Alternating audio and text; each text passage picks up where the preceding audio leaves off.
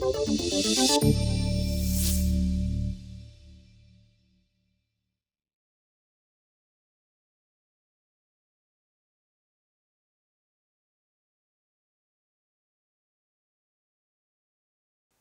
right, we'll get started here. So it's 1 o'clock.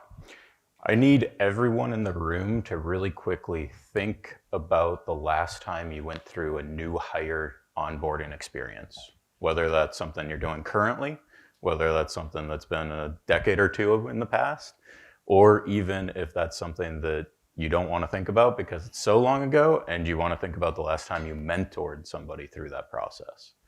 So just think about what that process looked like, think about how complex it was, and then think about what that looks like in the shoes of Alan, who's going to be our fictitious Contoso employee today. So Alan just started a new job with our IT team. We want Alan to be confident in this new role as fast as possible. We want him to be helping the team. We want him familiar with our tool set. We want him to be able to contribute in the team today. So we're going to talk through how we get Alan up to speed so fast with as little as just his credentials. Once he's been onboarded, once he's received his credentials, we're going to show how Alan can start to contribute and gain confidence with our tool set today. Few things we're going to go through is talk through some new tool sets. So all of this will be new to Alan at least. Some of you may have familiarity with Jupyter, or you may have familiarity with polyglot notebooks. So we'll talk through those because they're new to Alan. We'll talk through how to get started using them, and then we'll go through a bunch of demos. So we're going to have a lot of fun towards the tail end of this. So what is Jupyter? Jupyter's a big framework. It's got 3 major components. So you've got a file format, your notebook format, which is how you write and author content. So that's going to be Markdown and code cells.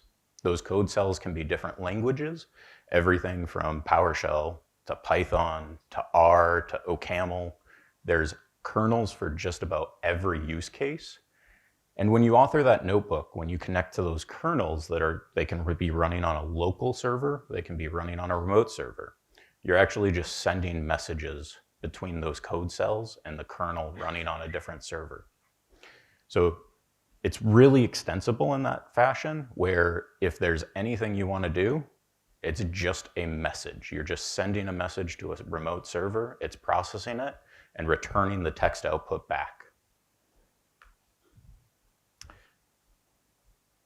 By default, the Jupyter team themselves did not build a PowerShell kernel, but Microsoft did. So the .NET Interactive team produced multiple kernels for Jupyter. Everything from PowerShell to C# to F#, even including different packages through NuGet, like Kusto and SQL. There's also more than just that. So there's HTML, JavaScript, Mermaid, which we'll touch on in a second, which is a graphical ability to produce from text a scalable vector graphic, an SVG file. So you can do dynamic documentation with even graphics. And the .NET Interactive team used to have 2 functions. So they used to have their notebook formats and the extensions and the kernels all named .NET Interactive. They have rebranded the client side portion, so the notebook functions and the extensions, to Polyglot notebooks. And so that's just available in Visual Studio Code right now. You could go grab it, and it takes a couple seconds. All of a sudden, you've got Jupyter functionality available in VS Code, supporting PowerShell and C# and those other programming languages. The beauty is that this gets you started very fast. So we'll talk through some more advanced ways to benefit from kernels, because at the end of the day, it's just a messaging bus. So we can run that server, like I said, anywhere. And so the beauty of that is we can run that server hosted, we can do dynamic servers, we can do single instance servers, ephemeral servers, whatever we want with those different kernels, and be able to give the same client experience, whether you want to author in a browser or you want to author through VS Code. So getting started, 3 things that you need as prerequisites. You need VS Code or some other authoring software. So when get install VS Code, you need the .NET SDK so you can do PowerShell core. All your Jupyter notebooks all your Jupyter kernels are effectively running on a Linux operating system. So keep in mind that .NET Core is going to be your foundation there. And then PowerShell core. Once you have that, you can just install the notebook extension and you're up and running. So really quickly, we'll just start this in the background.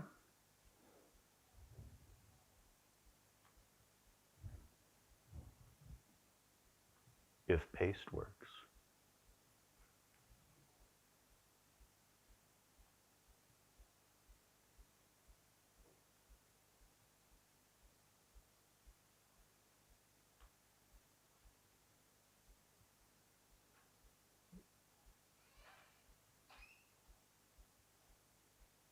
Oh, joy. Exactly. So what we will do is just restart that desktop.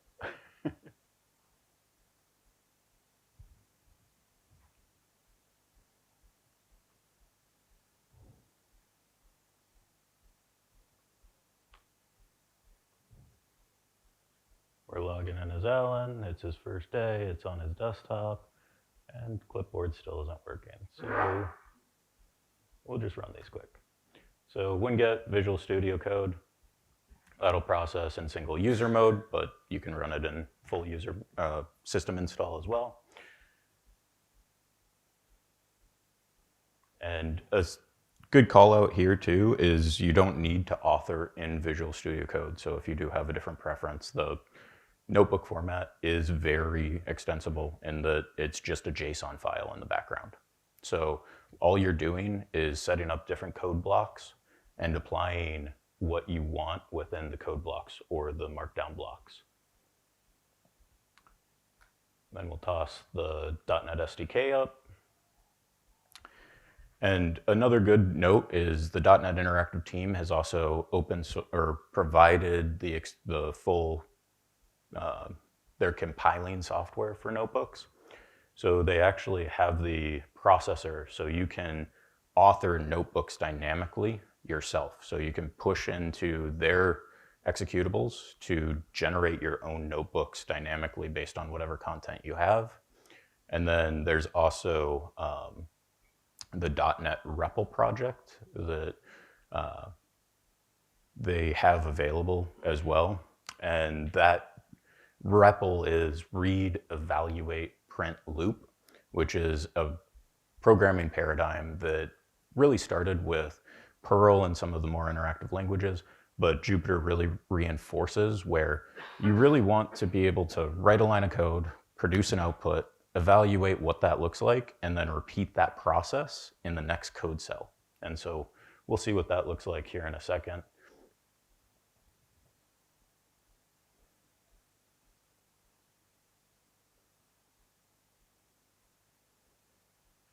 And last but not least, our favorite, PowerShell core.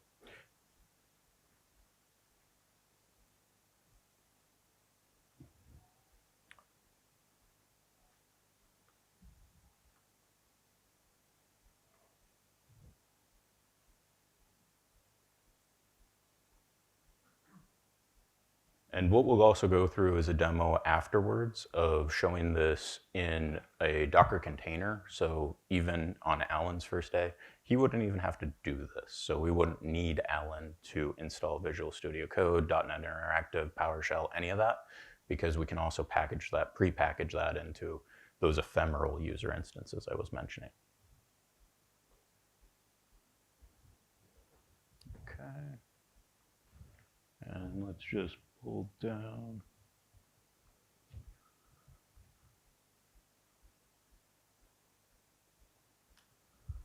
we go. Okay.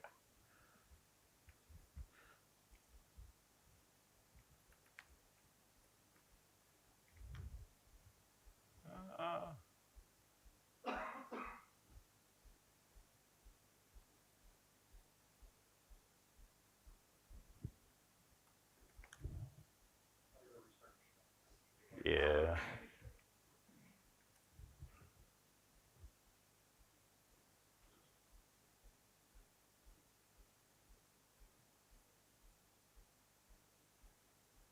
So one thing we can look at here is when we go to a new file, we now have the option for a Jupyter notebook. I think that's because I didn't fully uninstall the extension, so we'll just make sure that the right extension's installed. So that's our last step before we can author and then work with these notebooks.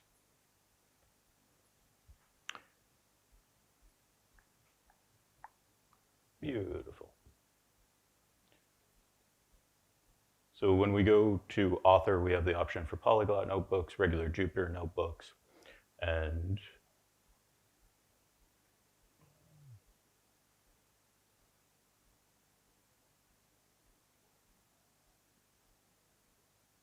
this is what our format looks like.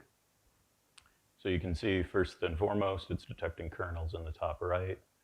So we'll select the default notebook format. With .NET Interactive, there is a .dib format that the .NET Interactive team manages, but you can fully use the native Jupyter notebook format as well. These are the languages available. I mentioned a few of them earlier. We'll use PowerShell today, but definitely there's more options. So what we end up with is essentially this notebook. We've got code, markdown cells. We have the ability to run these cells. And just as an example, PS version. Tab complete is not happy because I don't have that extension installed. You can see we get output. And so this code cell is running in context of the entire document. And then the output is also able to be passed into other code cells through variable sharing. So this is a fully dedicated session. And so if we go, say, set that to X, then in our next cell, we just say X get member.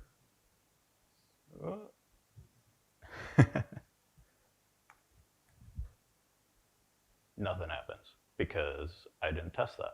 So we're good though.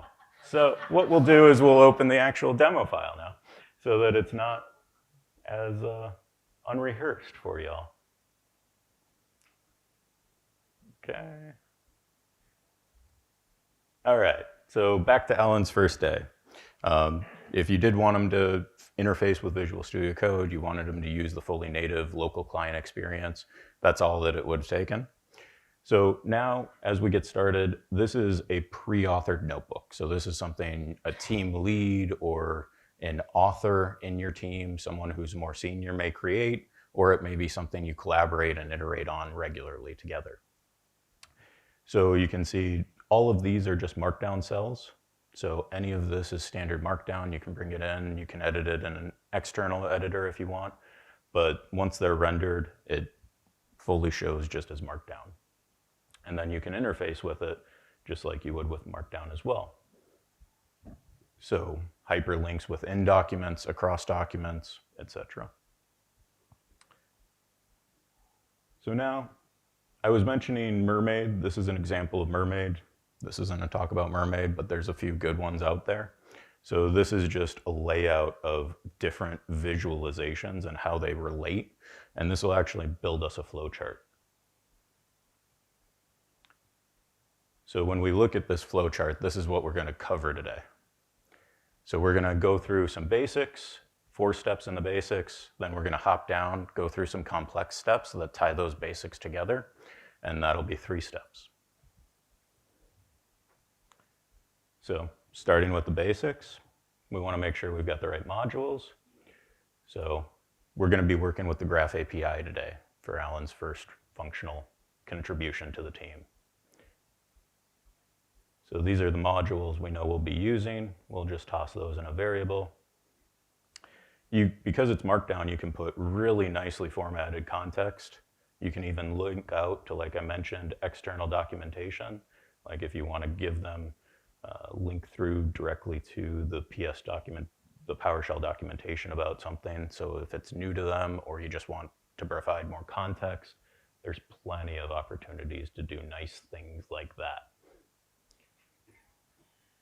So get our modules, make sure they aren't already installed, make sure that we trust the PS gallery, and that finished running. There's a little timer in every code cell, so you automatically start to track when something's running, when something's finished, and you can move on to the next. And like I said, all these are in line, so the variables get shared across. And I'm actually surprised that went so fast, so I'm gonna make sure I've got those modules installed.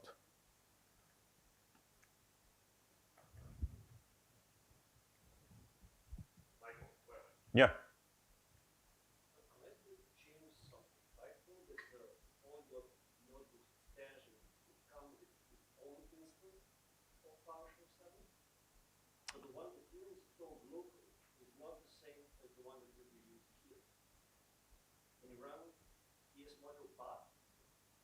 Yeah.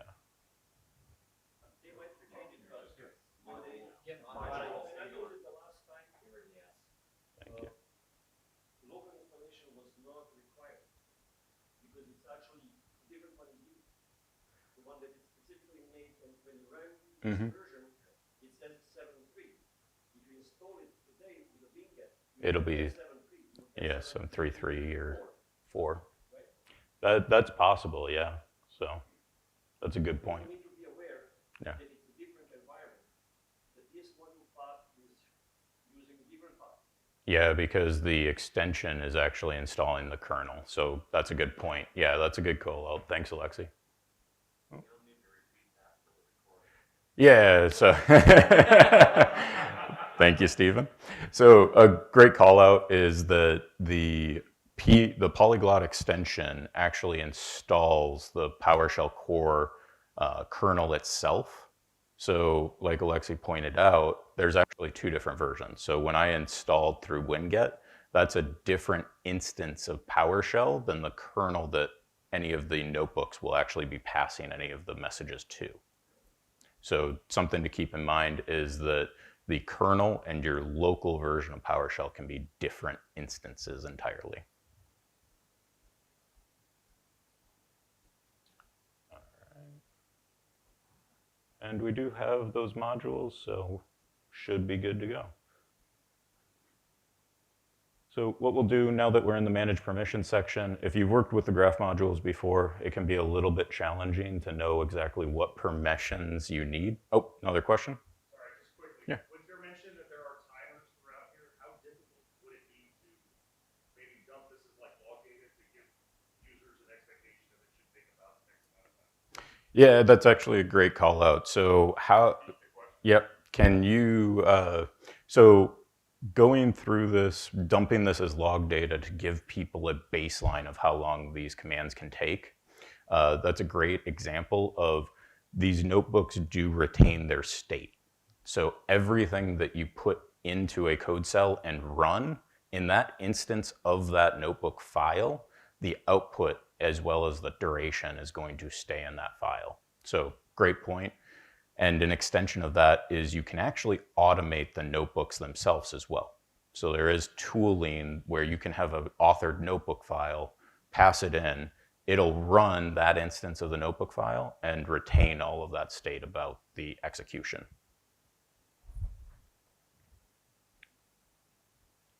As I was mentioning though, so when you're working with the graph, it can be difficult to find your permissions. And so this is just a really quick, easy way to find any permissions you need when working with the graph API. If you just pass it a command, it'll actually give you all the permissions you need to interface with that specific endpoint.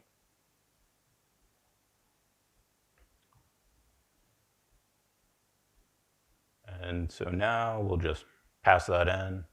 We'll do an interactive authentication here.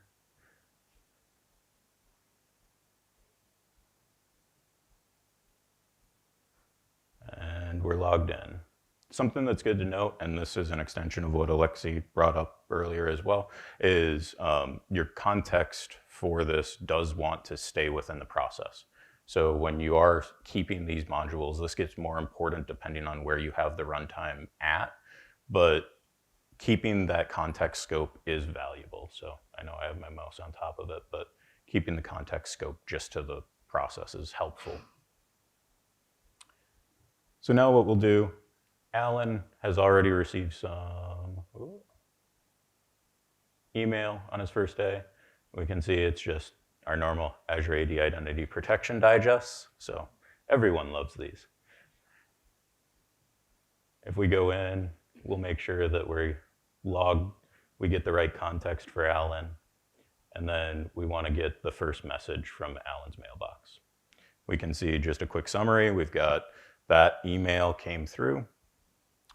And now we may be monitoring that mailbox, and we may want to send a summary of that email message to a Teams channel. So what we can do, we've just got a specific Teams channel over here. We toss together an HTML body for what we want to put into that Teams message. We prep that. And now we just send our Teams message. Hop over into Teams. And you can see we've got a new message from Ellen here, and it's got a summary of that email. So in a situation where you may have legacy reports going to an email, you want to get them into a Teams channel so you can have more extensibility in interfacing with them, or you want a running log for the team to monitor rather than having shared mailboxes, because we all hate those. So good way to just forward those messages if you want to turn off like the email address for a dedicated team or a channel, those types of situations where you could still get content from a mailbox or multiple mailboxes to a single shared channel.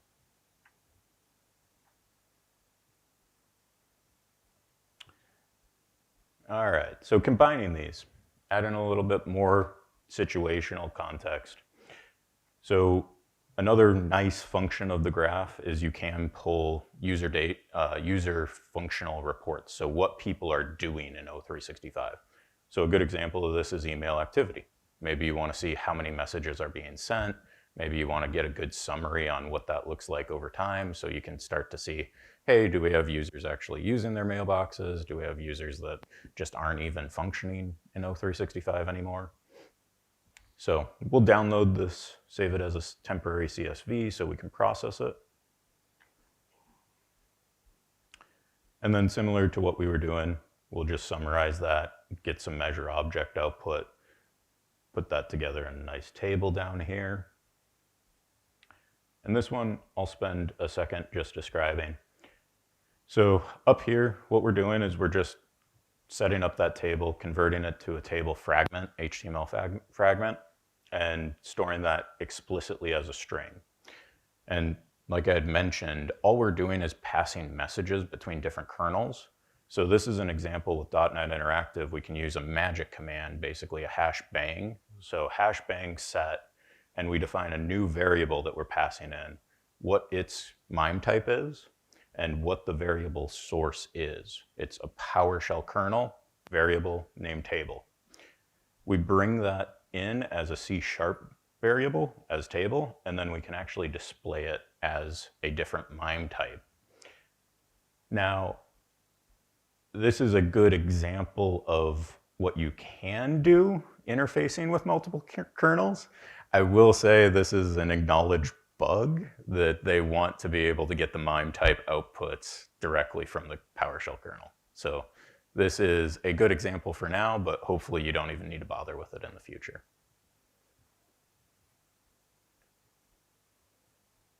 All right. And now we basically take that table, send it into a new chat message. If we hop back over to Teams, you can see that table now appeared as a message in Teams. So another good example of just being able to pull data from different API endpoints, summarize it. This could be an Azure function. This could be different use cases. but a good example of there's some things we may not want to fully automate. There's always that point of balance between, hey, could we easily automate these reports? Yes. But then we also no longer have that opportunity for Alan or the next employee to have some experience with things they may not be familiar with. So a good way to ensure that is having simple, consistent procedures that you can share and make sure people get exposure through.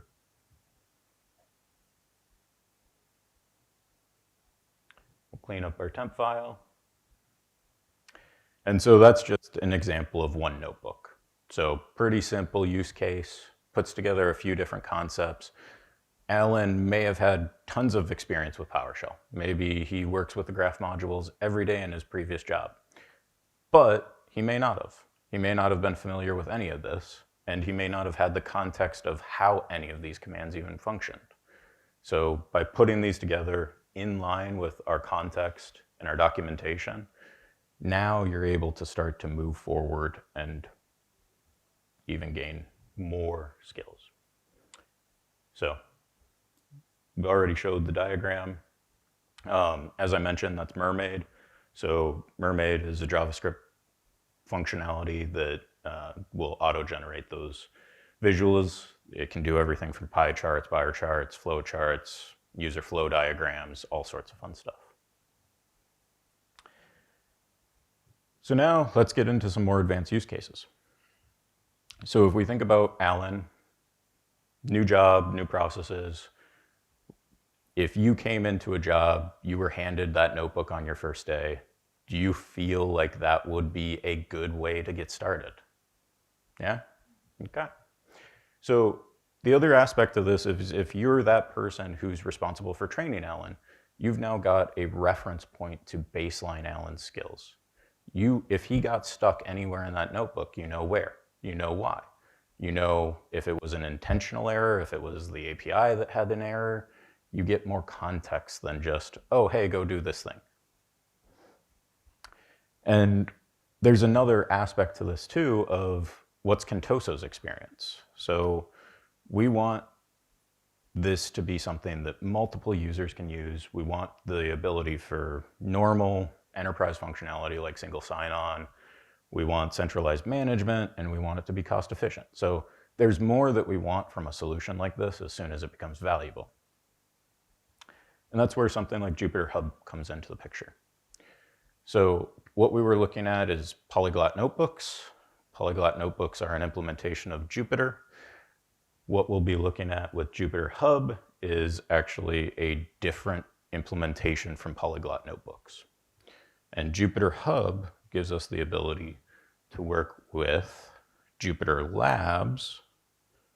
And hop back over here. So this is where we go back to, if all Alan has on his first day is his credentials, we can get Alan to log into My Apps. He can launch our Jupyter Hub application. We'll have, if I can click a button, Alan sign in.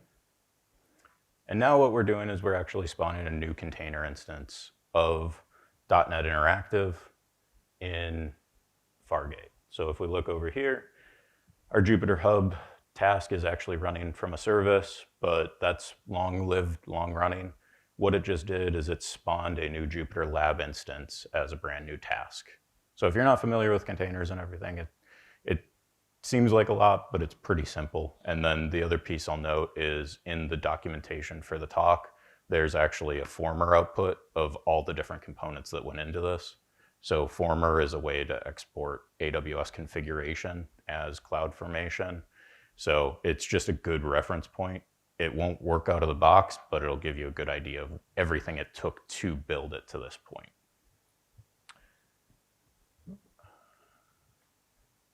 So if we go back to Jupyter Hub, our individual instance should be started here in a second.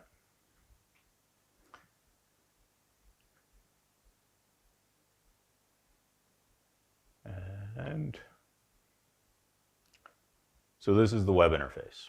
If all you wanted to do was get started fast, all Alan had to do was log into a web portal.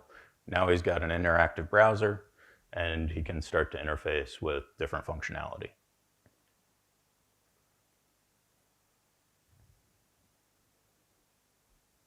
We have PowerShell in a browser that's actually running on a container somewhere else, but we were able to do that in about a minute and a half for Alan.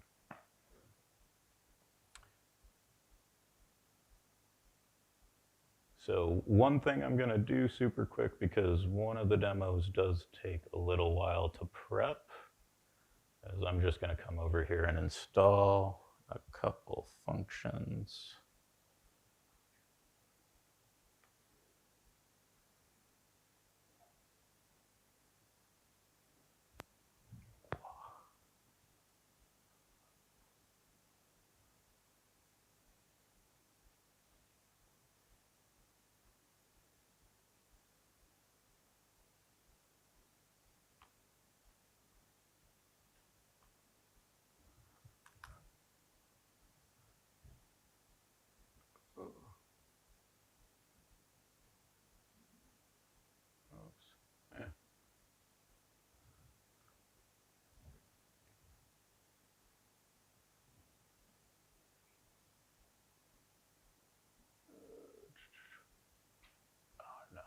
Wrong file.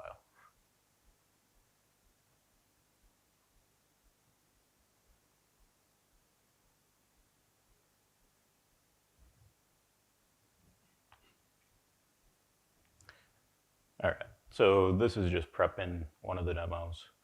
This is installing something with pip, which is the Power BI client. It's registering that module in with Jupyter Labs.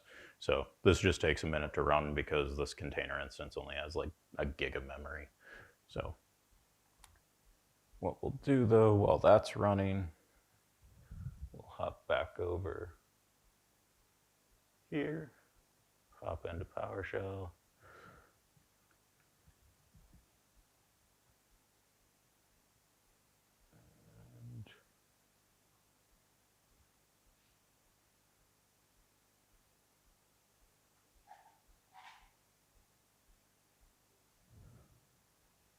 Download these files quick.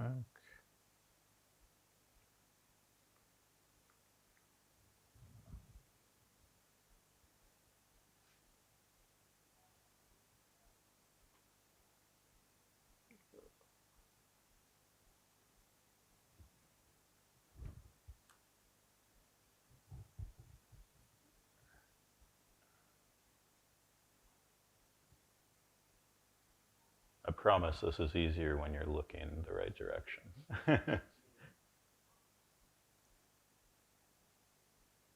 Awesome. And so this is the document we just ran in VS Code, but now it's just in a browser. So if you didn't want to have to worry about making sure that operating environment was running and pre-built, you can just give Alan access to his own Jupyter Lab instance and start functioning that quick.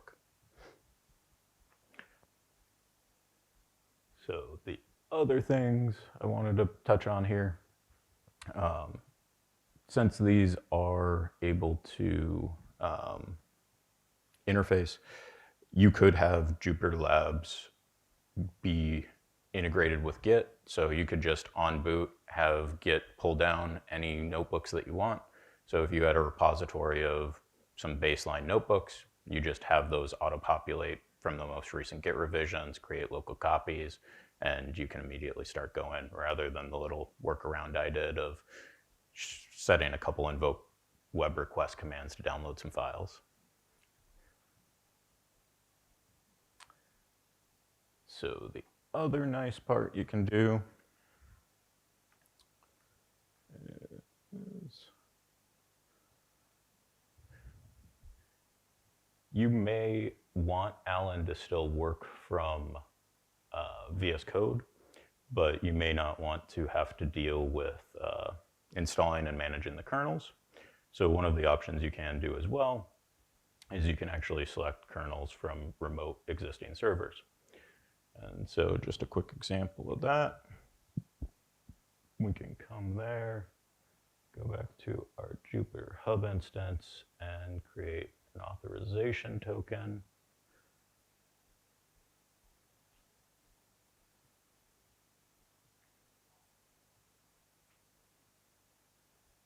And toss that in there.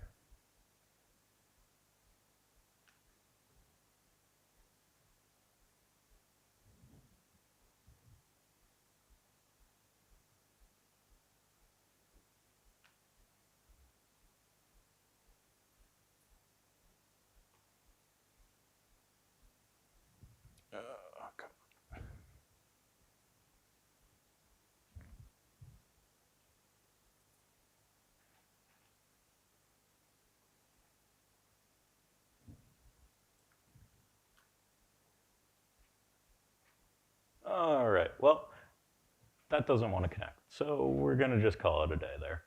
But when this functions, this bearer token can just be generated. You can connect the kernel, so the local notebook instance would actually just be sending those message commands to the remote server and running them on that Docker instance in the background. So you can still use the Jupyter Labs model if you wanted to do all of your builds to a container image, publish those container images, and have all of the code actually running in a secure environment so that you don't have to be running code on local machines, or you don't want to keep files on local machines. You could technically have remote VS Code sessions into Jupyter Labs instances. So it's sort of like a light version of cloud workspaces or GitHub workspaces. All right. Okay, that one failed to build, so we will try that again quick.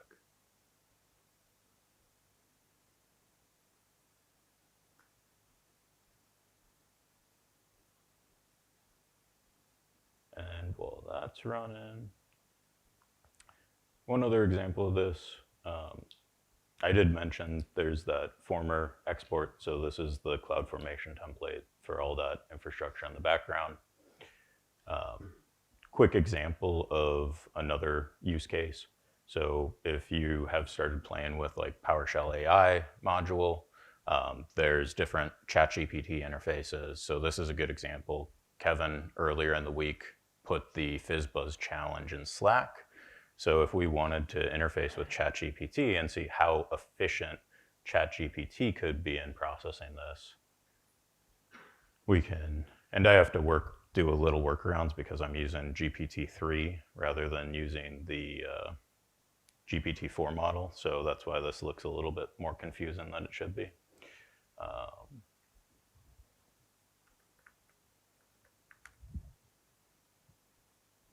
Get that secret from our vault.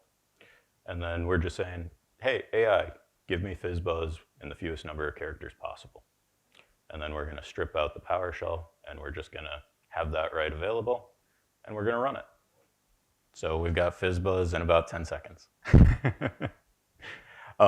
If you were in the other talks about AI, like Pierre's, be careful with this. Obviously, don't just blindly run code that something randomly generated and you haven't vetted yourself, but it is possible, it is functional. So there's a lot of potential.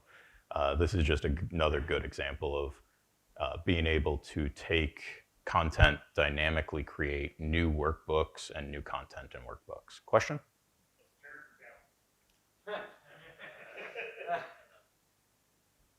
The character? Oh, yeah. Yeah, so 66. So not the most efficient by any means, but a good starting point. So if you were at his code golf session, you could probably already see a couple ways to improve that a little bit. And last one. All right, that did build successfully. So this example doesn't really have anything to do with PowerShell to say, but it's another good example of how you can start working with Jupyter notebooks. So a lot of historical use cases for Jupyter Notebooks came from machine learning use cases and data analytics use cases. And so this is a good example of integrating with the Power BI dynamic visualizations and being able to take some data and quickly produce visuals using that data in Power BI.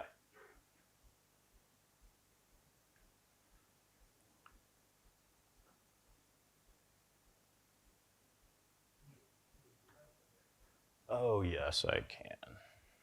Maybe. And I'll talk through it in a second. I just need to actually download the file we wanted to use. Or actually, I'll just upload it quick. Or we deleted it, so I do have to run it again. Okay.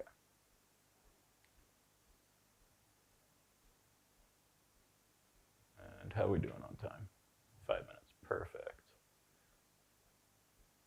So since this was a brand new PowerShell session, those modules did get installed. That's what you saw flashing up there. We get our permissions. We do another interactive device login because we are on a remote host this time.